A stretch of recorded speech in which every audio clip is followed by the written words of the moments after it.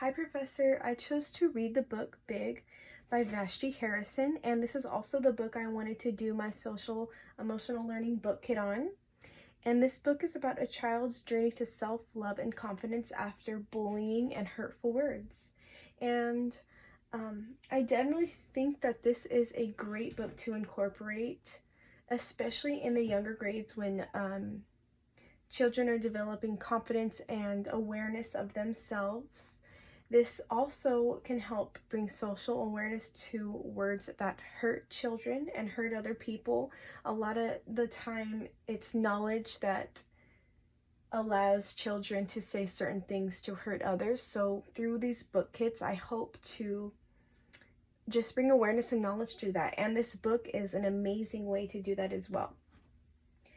This also displays, in our chapter, it talks about students who master social emotional learning skills show more kindness. So through this book and these kits, I definitely think that it can cultivate a classroom environment that just sparks kindness and encouraging discussion. So the chapter talks about encouraging discussion about these topics, and that's definitely a big part of the kits that I am going to be talking about.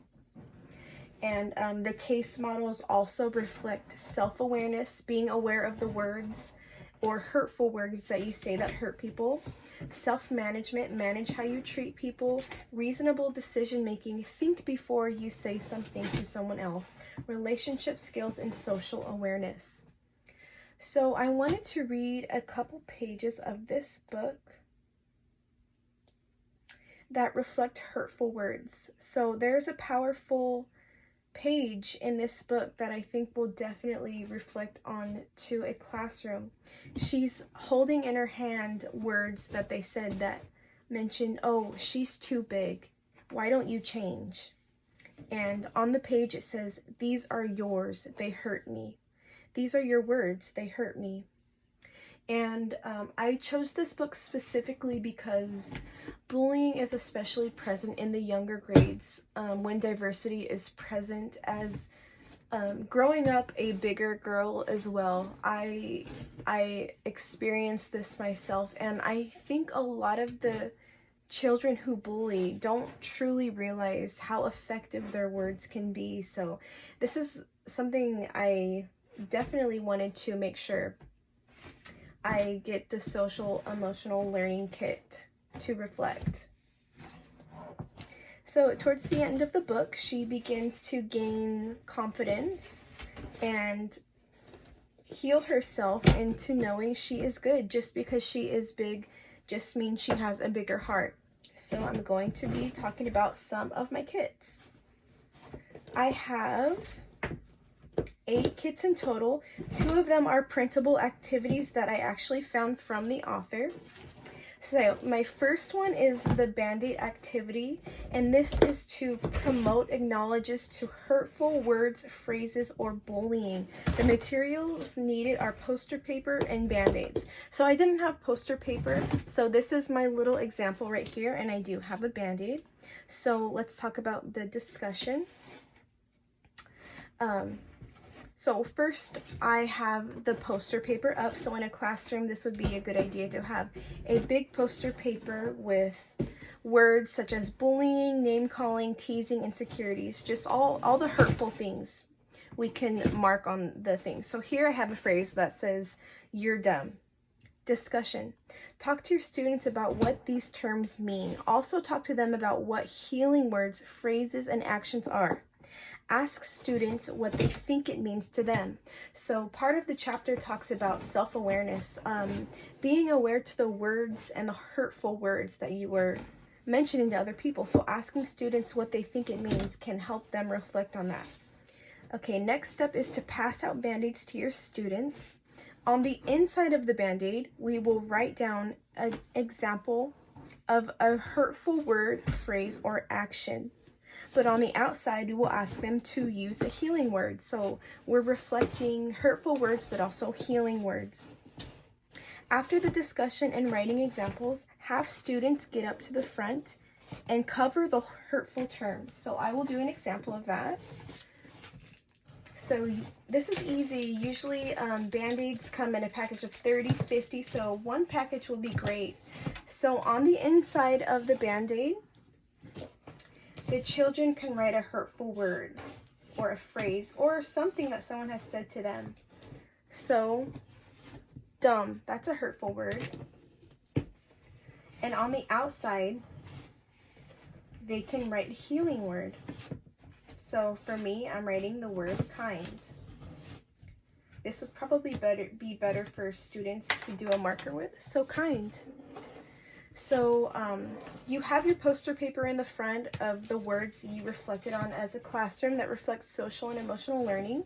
You passed out your Band-Aids, and the part that they rip off is actually the hurtful word, and what's left is the word, the kind healing words, and we are going to cover the hurtful words. So there's one of them. There's one of my book kits. The second one is called Words Leave Wrinkles. So this exemplifies the lasting damage of hurtful words. So this can be self-awareness, reasonable decision-making, and social awareness, as well as self-management. So all you need is just a piece of paper. After reading this book, have a discussion and talk about the terms, bullying, insecurities, name-calling, etc. Then pass out the sheets. Ask students to write down actions, words, or phrases that can be hurtful. So here are some words, phrases, or actions that can be hurtful. This will be my example. Now have your students crumple the paper up as small as they can. So these are the hurtful words. So the paper can be a student or someone they have hurt, said something to, and crumple the paper as small as you can. Also, let the students know this is how small you can make someone feel with the words and the hurtful words that you tell them. Finally, ask your students to unravel the paper balls and make them look the way they were before, straight and wrinkleless. So they're not going to be able to do this. So your students are going to unravel the paper, trying to make it as straight as possible, even if they try their hardest. They can't. This is what the paper looks like. Now explain to them this is how words can leave lasting damage, even when there are healing words and apologies.